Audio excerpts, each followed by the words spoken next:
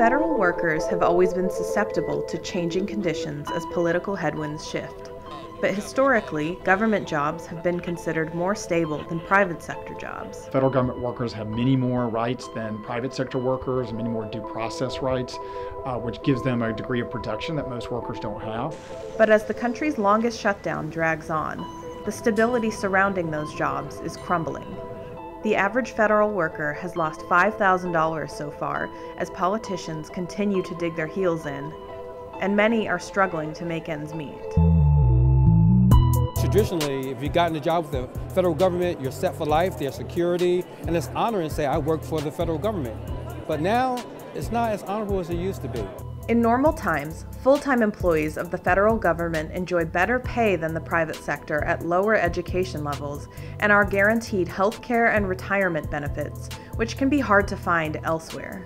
But every day that the government is shut down, those benefits seem further and further away.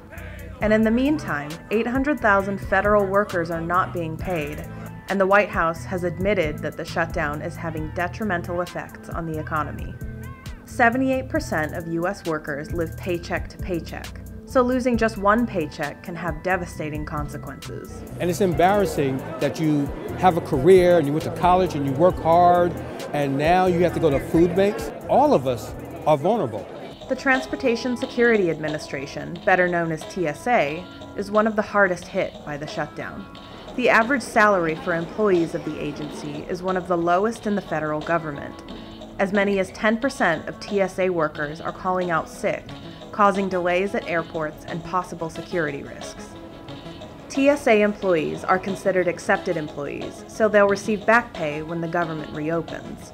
That is not the case for many of the employees of the 10,000 companies that hold contracts with federal agencies. For government contractors, we can advise them on their rights to seek extra work, apply for unemployment benefits, those sorts of things, but there's not a tremendous amount that they can do. And thanks to a 1947 law, it's illegal for federal employees to strike, further emphasizing how powerless they are. And at the time that act was passed, it was seen as a protection for the government, so the workers wouldn't cripple the government by striking.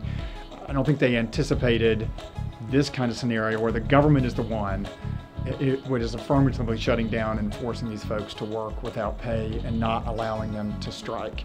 So it really has sort of hamstrung them. With limited options, workers who are caught up in the shutdown are forced to wait, hoping that politicians in D.C. can find a compromise.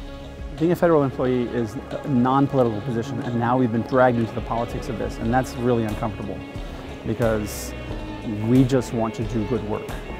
That's it.